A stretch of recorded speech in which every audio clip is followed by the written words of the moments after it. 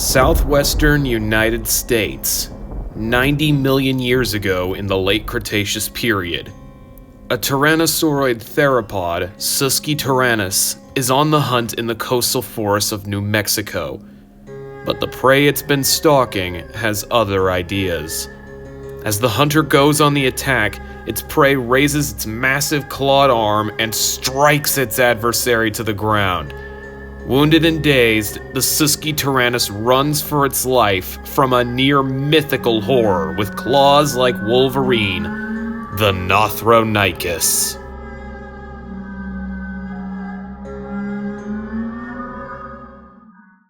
Found in the Zuni Basin of New Mexico, this animal made history as the first of its kind ever found in America. Nothronychus is a therizinosaurid, part of a group of mostly Asian dinosaurs with some pretty outlandish designs. They had long necks, tiny heads, rotund bodies, stocky legs, short tails, upright stances, and most famously, long arms tipped with massive claws. Needless to say, Nothronychus checked all these boxes and made history as the first ever therizinosaurid found in the Western Hemisphere.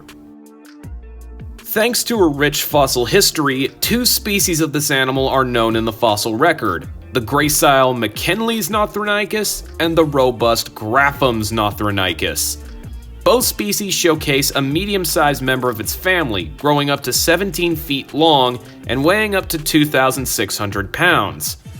The curved claws of this dinosaur also measure around a foot in length, which aren't as long as those of its Mongolian cousin, but are perhaps the longest claws of any dinosaur in the Americas. But what was Nothronychus doing with these claws? For the longest time, it was hypothesized that therizinosaurids were using their claws for a variety of purposes: digging, defense against predators, social display, and reaching high foliage. That was until a study in 2024 that analyzed how the claws of various dinosaurs performed under certain stresses. This study showed that various early therizinosaurids, like Nothronychus itself, were excellent at digging, pulling, and piercing motions. But this study also showed that Therizinosaurus, the very dinosaur that this family is named after, had weaker claws that weren't useful for any of these actions. How do you fail that bad? But while Therizinosaurus may not be packing any lethal weapons, Nothronychus had no trouble wielding its claws. Likely concealed carried under a fluffy coat of feathers, its talons were not only useful for reaching branches of trees, but they are excellent weapons against predators like the aforementioned Sythe-Handed. I know I've done this in my Halloween video, but you're probably wondering what these claws could do to a human. Well, it depends on where the animal strikes you.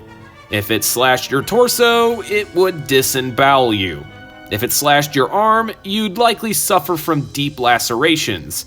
And that's just assuming it doesn't just take your arm off entirely. And if it struck your head, well, use your imagination. If you could, of course. But, like all animals, the Nothronychus would be doing what comes natural in terms of self-defense. In fact, when left to their own devices, a day in the life of a Nothronychus will show you how its bizarre design is actually ingenious for its survival. A long neck combined with their famous claws help them reach the branches of tall trees, and their leaf-like teeth aid in slicing through tough plant matter. And their potbellies? Perfect fermentation chambers to digest the foliage they feed on. And as in modern animals like gorillas, it's a process that likely produced a ton of excess gas. So it's likely that if you were to travel back in time to see a Nothronychus, you were going to smell one long before you see it. And as for its enormous nails, they could have served another purpose, albeit a more romantic one.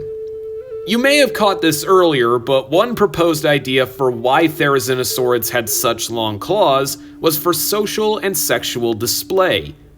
Female Nothronychus could choose their mates based on who has the biggest claws, kind of like what deer do with their antlers.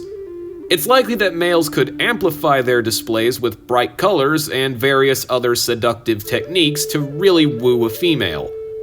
Personally, I can see Nothronychus clacking their claws together and attracting females to them.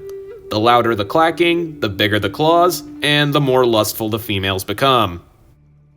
You know, now that I think about it, I kinda wonder what that would sound like.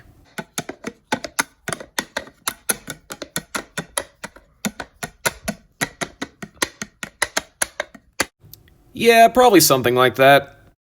So while Nothronychus was definitely a strange and deadly species of dinosaur, it was also a unique animal that had many different attributes to help it survive. And remember, this is only one of 3 therizinosaurids in the entirety of North America. There's likely more out there somewhere waiting to be discovered. But for now, paleontologists are still thankful for Nothronychus being one of a kind.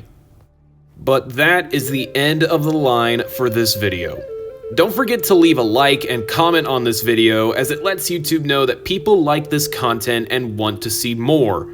Thank you guys so much for watching this video. I wanted to do something with Thanksgiving, but I wanted to wait a while before I covered Oviraptorids again, since covering Anzu a few months ago.